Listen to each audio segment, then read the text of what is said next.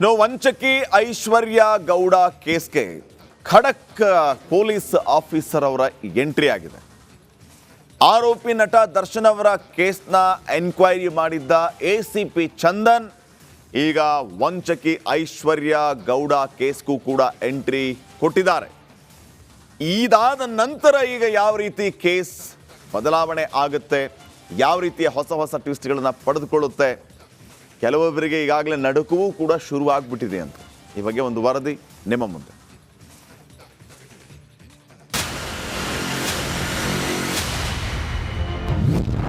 ವಂಚಕಿ ಐಶ್ವರ್ಯ ಗೌಡಗೆ ದೊಡ್ಡ ಶಾಕ್ ಕೊಟ್ಟ ಖಾಕಿ. Case ತನಿಖಾಧಿಕಾರಿಯಾಗಿ ACP Chandan ನೇಮಕ. ಐಶ್ವರ್ಯ ಗೌಡ ವಂಚನೆಗೆ ಮತ್ತೊಂದು ಹೆಸರೇ ಐಶ್ವರ್ಯ ಅಂದ್ರೆ ತಪ್ಪಾಗಲ್ಲ. ಒಬ್ಬರಲ್ಲ ಇಬ್ಬರಲ್ಲ ಸಿಕ್ಕವರಿಗೆ ನಾಮ ಹಾಕಿ ಹಣ ದೋಚಿರುವ ಈ ಖತರ್ನಾಕ್ ವಂಚಕಿ ಕೇಸ್ ತನಿಖೆಗೆ ಇದೀಗ ಸಿಂಗಂ ಒಬ್ಬರನ್ನ ಸರ್ಕಾರ ನೇಮಕ ಮಾಡಿದೆ. ಮಾಜಿ ಸಂಸದ ಡಿಕೆ ಸುರೇಶ್ ತಂಗಿ ಎಂಬ ಹೆಸರಿನಲ್ಲಿ ವಂಚನೆ ಮಾಡಿದ್ದ ಐಶ್ವರ್ಯ ಗೌಡ ಪ್ರಕರಣವನ್ನ ತನಿಖೆ ಮಾಡುವುದಕ್ಕೆ ಮತ್ತೋರ್ವ ಎಸಿಪಿಯನ್ನ ಸರ್ಕಾರ ನೇಮಕ ಮಾಡಿದೆ. ಐಶ್ವರ್ಯ ಸಿಟಿಆರ್ ತೆಗೆಸುತ್ತಿದ್ದ ವಿಚಾರ ಬಯಲಾಗ್ತಾ ಇದ್ದಂತೆ ಮತ್ತೊಬ್ಬರ ನೇಮಕ ಮಾಡಲಾಗಿದೆ. ವಂಚನೆ ಕೇಸ್ ಎಸಿಪಿ ಭರತ್ ರೆಡ್ಡಿ ಮಾಡ್ತಿದ್ರೆ ಸಿಟಿಆರ್ ಕೇಸ್ ತನಿಖೆಯನ್ನ ಚಂದನ್ ಹೆಗಲಿಗೆ ನೀಡಲಾಗಿದೆ. ರೇಣುಕಾಸ್ವಾಮಿ ಹತ್ಯೆ ಕೇಸ್ನ ತನಿಖಾಧಿಕಾರಿ ಆಗಿದ್ದ ವಿಜಯನಗರ ಎಸಿಪಿ ಆಗಿದ್ದ ಚಂದನ್ ಬ್ಯಾಟರಾಯನಪುರದ ಸಿಟಿಆರ್ ಕೇಸ್ನ ತನಿಖಾಧಿಕಾರಿಯಾಗಿ ನೇಮಕ ಮಾಡಲಾಗಿದೆ. ಚಂದನ್ ನೇಮಕ ಯಾಕೆ ಎಂಬುದನ್ನ ನೋಡುವುದಾದ್ರೆ ಎಸಿಬಿ ಭರತ್ ರೆಡ್ಡಿ ನೀಡಿದ ದೂರು ತನಿಖೆ, ಐಶ್ವರ್ಯ ವಂಚನೆ ಜಾಲದ ಸಿಡಿಆರ್ ತನಿಖೆ ಅಗತ್ಯ. ಐಪಿಸಿ 120B 409 ಹಾಗೂ ಐಟಿ ಆಕ್ಟ್ ಅಡಿ ಎಫ್ಐಆರ್ ದಾಖಲಾಗಿದೆ. 2021 ಜುಲೈನಿಂದ 2024 ಮಾರ್ಚ್ ವರೆಗಿನ ದಾಖಲೆ ತೆಗೆಯಬೇಕಾಗಿದೆ. ಹೀಗಾಗಿ ಸಾಲ ಕೊಟ್ಟವರು ದೂರಿನ ಆಧಾರಕ್ಕೆ ಸಿಡಿಆರ್ ಬೇಕು. ಅಪರಾಧ ಕೇಸ್ ದಾಖಲಾದರೆ ಮಾತ್ರ ಸಿಡಿಆರ್ ತೆಗೆಯಬಹುದು. ಅದು ಯಾವೊಬ್ಬ ವ್ಯಕ್ತಿಯೂ ಸಿಡಿಆರ್ ತೆಗೆಯುವಂತಿಲ್ಲ. ಪೊಲೀಸರಿಗೆ ಮಾತ್ರ ಸಿಡಿಆರ್ ತೆಗೆಸುವುದಕ್ಕೆ ಅವಕಾಶ ಇದೆ. ಹೀಗಾಗಿ ಈ ವಂಚಕಿ ಐಶ್ವರ್ಯ ಕೇಸ್ನಲ್ಲಿ ಸಿಡಿಆರ್ ತನಿಖೆಗಾಗಿ ಚಂದನ್ ನೇಮಕ ಮಾಡಲಾಗಿದೆ.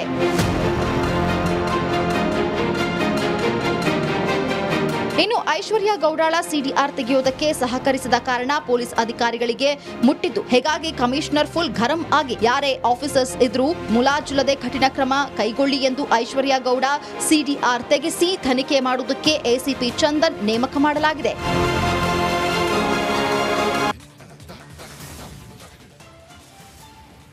ವಂಚಕಿ ಐಶ್ವರ್ಯ ಗೌಡ ಕೇಸ್ಗೆ ಖಡಕ್ ಪೊಲೀಸ್ ಆಫೀಸರ್ ಅವರ ಎಂಟ್ರಿ ಆಗಿದೆ. ಆರೋಪಿ ನಟ ದರ್ಶನ್ ಅವರ ಕೇಸ್ನ ಎನ್ಕ್ವೈರಿ ಮಾಡಿದ್ದ ಎಸಿಪಿ ಚಂದನ್ ಈಗ ವಂಚಕಿ ಐಶ್ವರ್ಯ ಗೌಡ ಕೇಸ್ಗೂ ಕೂಡ ಎಂಟ್ರಿ ಕೊಟ್ಟಿದ್ದಾರೆ.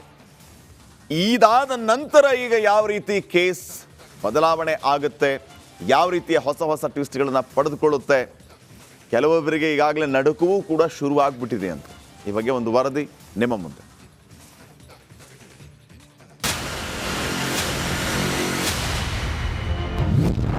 ವಂಚಕಿ ಐಶ್ವರ್ಯ ಗೌಡಗೆ ದೊಡ್ಡ ಶಾಕ್ ಕೊಟ್ಟ ಖಾಕಿ. ಕೇಸ್ ತನಿಖಾಧಿಕಾರಿಯಾಗಿ ಎಸಿಪಿ ಚಂದನ್ ನೇಮಕ. ಐಶ್ವರ್ಯ ಗೌಡ ವಂಚನೆಗೆ ಮತ್ತೊಂದು ಹೆಸರೇ ಐಶ್ವರ್ಯ ಅಂದ್ರೆ ತಪ್ಪಾಗಲ್ಲ.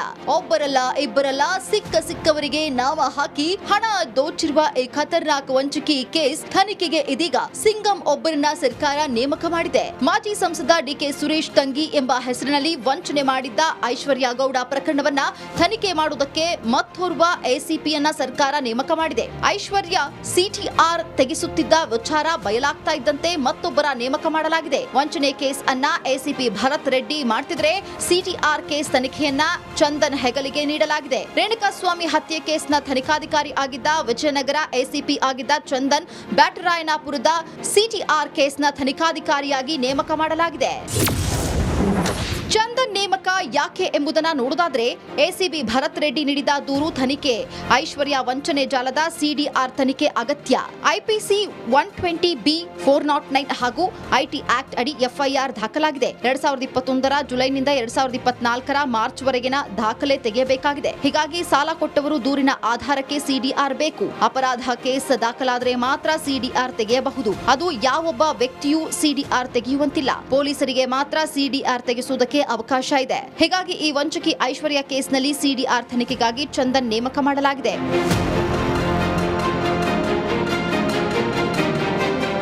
ಇನ್ನು ಐಶ್ವರ್ಯ ಗೌಡಳ ಸಿಡಿಆರ್ ತೆಗೆಯುವುದಕ್ಕೆ ಸಹಕರಿಸಿದ ಕಾರಣ ಪೊಲೀಸ್ ಅಧಿಕಾರಿಗಳಿಗೆ ಮುಟ್ಟಿದ್ದು. ಹೀಗಾಗಿ ಕಮಿಷನರ್ ಫುಲ್ ಗರಂ ಆಗಿ ಯಾರೇ ಆಫೀಸರ್ಸ್ ಇದ್ರೂ ಮುಲಾಜಿಲ್ಲದೆ ಕಠಿಣ ಕ್ರಮ ಕೈಗೊಳ್ಳಿ ಎಂದು ಐಶ್ವರ್ಯ ಗೌಡ ಸಿಡಿಆರ್ ತೆಗೆಸಿ ತನಿಖೆ ಮಾಡುವುದಕ್ಕೆ ಎಸಿಪಿ ಚಂದನ್ ನೇಮಕ ಮಾಡಲಾಗಿದೆ.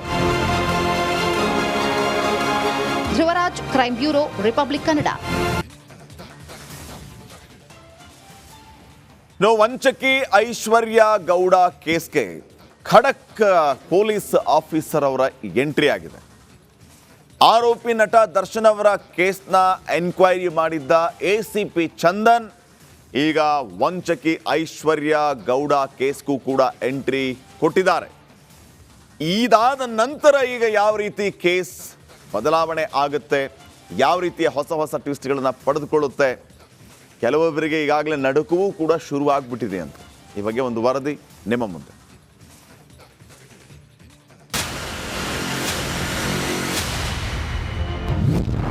ವಂಚಕಿ ಐಶ್ವರ್ಯ ಗೌಡಗೆ ದೊಡ್ಡ ಶಾಕ್ ಕೊಟ್ಟ ಖಾಕಿ.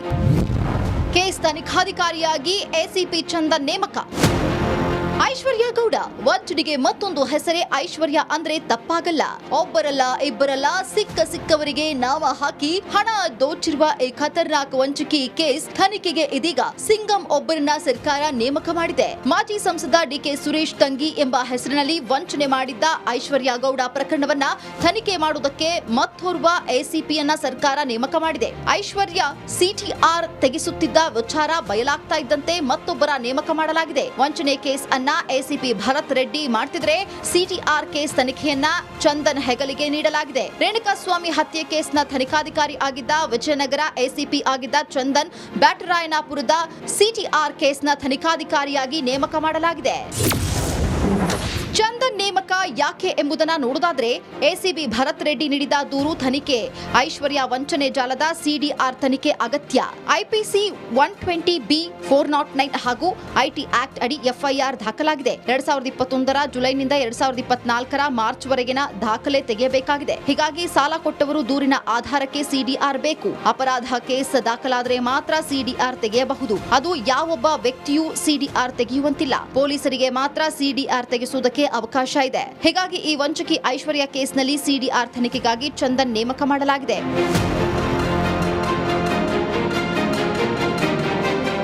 ಇನ್ನು ಐಶ್ವರ್ಯ ಗೌಡಳ ಸಿಡಿಆರ್ ತೆಗೆಯುವುದಕ್ಕೆ ಸಹಕರಿಸಿದ ಕಾರಣ ಪೊಲೀಸ್ ಅಧಿಕಾರಿಗಳಿಗೆ ಮುಟ್ಟಿದ್ದು. ಹೀಗಾಗಿ ಕಮಿಷನರ್ ಫುಲ್ ಗರಂ ಆಗಿ ಯಾರೇ ಆಫೀಸರ್ಸ್ ಇದ್ರೂ ಮುಲಾಜಿಲ್ಲದೆ ಕಠಿಣ ಕ್ರಮ ಕೈಗೊಳ್ಳಿ ಎಂದು ಐಶ್ವರ್ಯ ಗೌಡ ಸಿಡಿಆರ್ ತೆಗೆಸಿ ತನಿಖೆ ಮಾಡುವುದಕ್ಕೆ ಎಸಿಪಿ ಚಂದನ್ ನೇಮಕ ಮಾಡಲಾಗಿದೆ.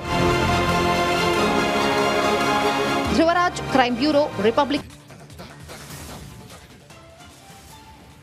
ವಂಚಕಿ ಐಶ್ವರ್ಯ ಗೌಡ ಕೇಸ್ಗೆ ಖಡಕ್ ಪೊಲೀಸ್ ಆಫೀಸರ್ ಅವರ ಎಂಟ್ರಿ ಆಗಿದೆ. ಆರೋಪಿ ನಟ ದರ್ಶನ್ ಅವರ ಕೇಸ್ನ ಎನ್ಕ್ವೈರಿ ಮಾಡಿದ್ದ ಎಸಿಪಿ ಚಂದನ್ ಈಗ ವಂಚಕಿ ಐಶ್ವರ್ಯ ಗೌಡ ಕೇಸ್ಗೂ ಕೂಡ ಎಂಟ್ರಿ ಕೊಟ್ಟಿದ್ದಾರೆ.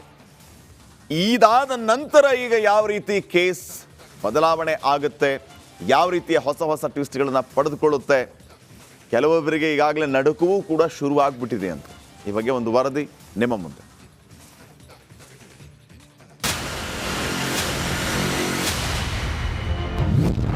ವಂಚಕಿ ಐಶ್ವರ್ಯ ಗೌಡಗೆ ದೊಡ್ಡ ಶಾಕ್ ಕೊಟ್ಟ ಖಾಕಿ.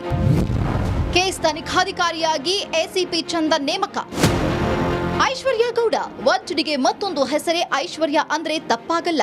ಒಬ್ಬರಲ್ಲ ಇಬ್ಬರಲ್ಲ ಸಿಕ್ಕವರಿಗೆ ನಾವ ಹಾಕಿ ಹಣ ದೋಚಿರುವ ಈ ಖತರ್ನಾಕ್ ವಂಚಕಿ ಕೇಸ್ ತನಿಖೆಗೆ ಇದೀಗ ಸಿಂಗಂ ಒಬ್ಬರನ್ನ ಸರ್ಕಾರ ನೇಮಕ ಮಾಡಿದೆ. ಮಾಜಿ ಸಂಸದ ಡಿಕೆ ಸುರೇಶ್ ತಂಗಿ ಎಂಬ ಹೆಸರಿನಲ್ಲಿ ವಂಚನೆ ಮಾಡಿದ್ದ ಐಶ್ವರ್ಯ ಗೌಡ ಪ್ರಕರಣವನ್ನ ತನಿಖೆ ಮಾಡುವುದಕ್ಕೆ ಮತ್ತೋರ್ವ ಎಸಿಪಿಯನ್ನ ಸರ್ಕಾರ ನೇಮಕ ಮಾಡಿದೆ. ಐಶ್ವರ್ಯ ಸಿಟಿಆರ್ ತೆಗೆಸುತ್ತಿದ್ದ ವಿಚಾರ ಬಯಲಾಗ್ತಾ ಇದ್ದಂತೆ ಮತ್ತೊಬ್ಬರ ನೇಮಕ ಮಾಡಲಾಗಿದೆ. ವಂಚನೆ ಕೇಸ್ ಅನ್ನ ಎಸಿಪಿ ಭರತ್ ರೆಡ್ಡಿ ಮಾಡ್ತಿದ್ರೆ ಸಿಟಿಆರ್ ಕೇಸ್ ತನಿಖೆಯನ್ನ ಚಂದನ್ ಹೆಗಲಿಗೆ ನೀಡಲಾಗಿದೆ. ರೇಣುಕಾಸ್ವಾಮಿ ಹತ್ಯೆ ಕೇಸ್ನ ತನಿಖಾಧಿಕಾರಿ ಆಗಿದ್ದ ವಿಜಯನಗರ ಎಸಿಪಿ ಆಗಿದ್ದ ಚಂದನ್ ಬ್ಯಾಟರಾಯನಪುರದ ಸಿಟಿಆರ್ ಕೇಸ್ನ ತನಿಖಾಧಿಕಾರಿಯಾಗಿ ನೇಮಕ ಮಾಡಲಾಗಿದೆ.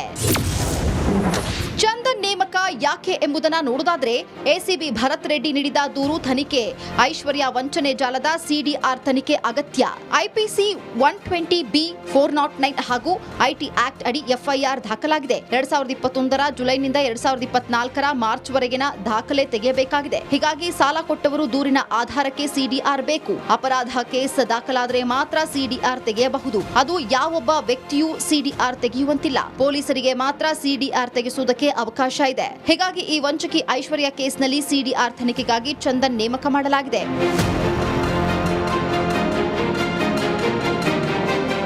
ಇನ್ನು ಐಶ್ವರ್ಯ ಗೌಡಾಳ ಸಿಡಿಆರ್ ತೆಗೆಯುವುದಕ್ಕೆ ಸಹಕರಿಸದ ಕಾರಣ ಪೊಲೀಸ್ ಅಧಿಕಾರಿಗಳಿಗೆ ಮುಟ್ಟಿದ್ದು. ಹೀಗಾಗಿ ಕಮಿಷನರ್